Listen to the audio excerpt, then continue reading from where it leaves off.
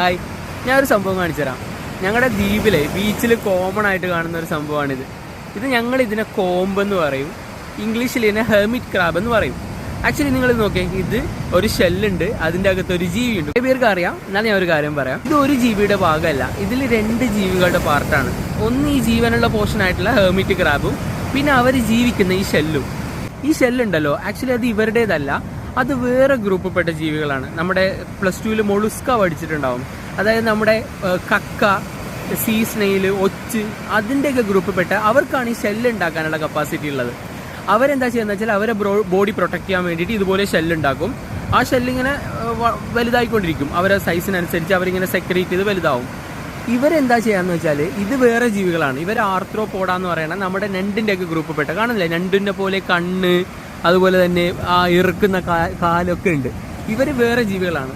ഇവരെന്താ ചെയ്യാന്ന് വെച്ചാൽ ഇവരെ ബോഡി പ്രൊട്ടക്ട് ചെയ്യാൻ വേണ്ടിയിട്ട് ഇവരെ അബ്ഡമനൊക്കെ ഒരു സോഫ്റ്റ് ആണ്. ഇത് പുറത്ത് വന്നാൽ കാണാൻ പറ്റും, ഭയങ്കര സോഫ്റ്റ് ആണ്. അപ്പോൾ ഇവരെന്താ ചെയ്യാന്ന് വെച്ചാൽ ഇവരെ ബോഡി പ്രൊട്ടക്ട് ചെയ്യാൻ വേണ്ടിയിട്ട് നമ്മുടെ അമണി, സീ സ്നെയിലിൻ്റെ ഒക്കെ ഷെല്ലിൻ്റെ അകത്ത് പോയിട്ടാണ് ജീവിക്കുക. അപ്പോൾ ഇവർ ചെറുതാവുമ്പോൾ ചെറിയ ഷെല്ലിൽ പോയി ജീവിക്കും, വലുതാവുമ്പോൾ അത് മാറിയിട്ട് വേറെ ഷെല്ലിൽ ജീവിക്കും. അങ്ങനെ ഇവരെപ്പോഴും ലൈഫ് ലോങ് ഇവരെ വീട് ഇങ്ങനെ മാറിക്കൊണ്ടിരിക്കും. ഇവരിങ്ങനെ ചൂസ് ചെയ്യാൻ കാരണം നമ്മുടെ നോർമൽ ഞണ്ടിനൊക്കെ അവരെ ബോഡി പ്രൊട്ടക്ട് ചെയ്യാൻ വേണ്ടിയിട്ട് ഒരു ഹാർഡ് ഷെല്ലുണ്ട്, എക്സോസ്കെലിറ്റൺ ഉണ്ട്. ബട്ട് ഇവർക്ക് അതില്ല. ഇവരെ അബ്ഡമൻ ഭയങ്കര സോഫ്റ്റാണ്. അപ്പോൾ ഇവരെന്താ ചെയ്യാന്ന് വെച്ചാൽ, ഇതിൻ്റെ അബ്ഡമൻ കാണൂല, ഇതിൻ്റെ അകത്താണ് കേട്ടോ. ഇവരെന്താ ചെയ്യാന്ന് വെച്ചാൽ ഇതുപോലെയുള്ള മൊളുസ്കയുടെ ഷെല്ലിലൊക്കെ കയറിയിട്ട് ജീവിക്കും.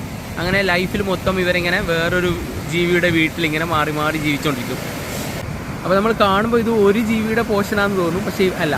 ഇവരിതുപോലെ എഗ് ലേയിങ് ആണ്. നമ്മുടെ ഞണ്ടൊക്കെ പോലെ തന്നെ മുട്ടയിടും, മുട്ടയിട്ട് കുഞ്ഞുങ്ങളുണ്ടാവും.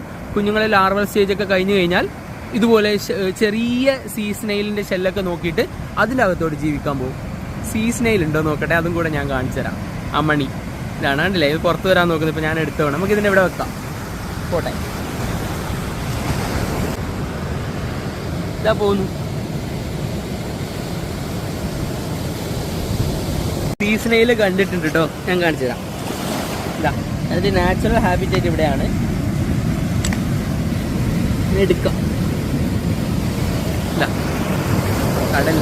ഇതാണ് സീ സ്നെയിൽ എന്ന് പറയുന്നത്. കണ്ടാ, ഇത് ഈ ജീവിയുടെ തന്നെയാണ് കേട്ടോ ഈ ഷെല്ല്.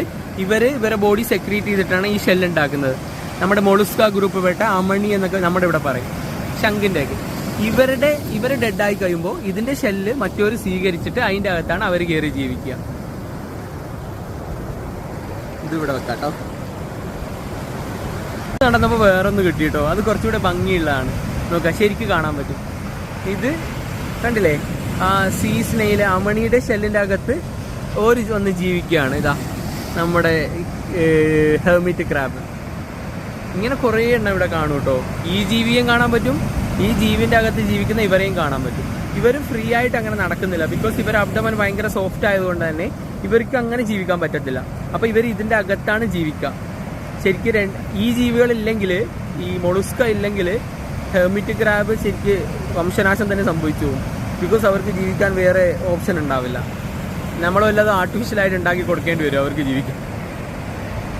അതാണ് നിങ്ങൾ കാണുന്നില്ല ചില വീഡിയോയിലൊക്കെ, നമ്മുടെ പ്ലാസ്റ്റിക്കിൻ്റെ കുപ്പിയുടെ അടപ്പില്ലേ, അതൊക്കെ വീടാക്കി എടുത്തിട്ട് ഈ ഹെർമിറ്റ് ക്രാബ് ജീവിക്കുന്ന ചില ഫോട്ടോസൊക്കെ ഞാൻ കണ്ടിട്ടുണ്ട്. ഗ്രൂപ്പ് ഓഫ് ഹെർമിറ്റ് ക്രാബിനെ കണ്ടിട്ടുണ്ട് കേട്ടോ, ഞാൻ കാണിച്ചു തരാം. ഇതാ നോക്കി.